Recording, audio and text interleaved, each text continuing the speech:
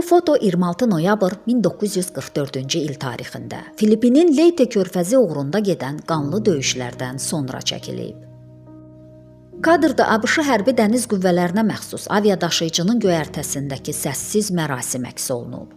Bu adi bir an deyil. Bu müharibənin ən ağır həqiqətlərindən birinin donmuş anıdır. Dənizdə dəfn. Şəkildə sıraya düzülmüş hərbçilər çiyin-çiyinə dayanıb. Hər birinin əlində ağ kətana bükülmüş bədən var. Üzlərdə ifadə demək olar ki, oxunmur. Nə göz yaşı görünür, nə də açıq emosiyalar.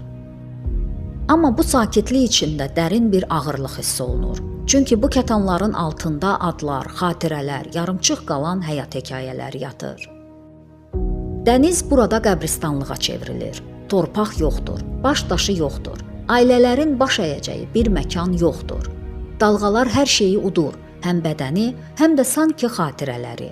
Amma əslində dəniz unutmur. O müharibənin şahidi kimi bu sükutu öz yaddaşında saxlayır.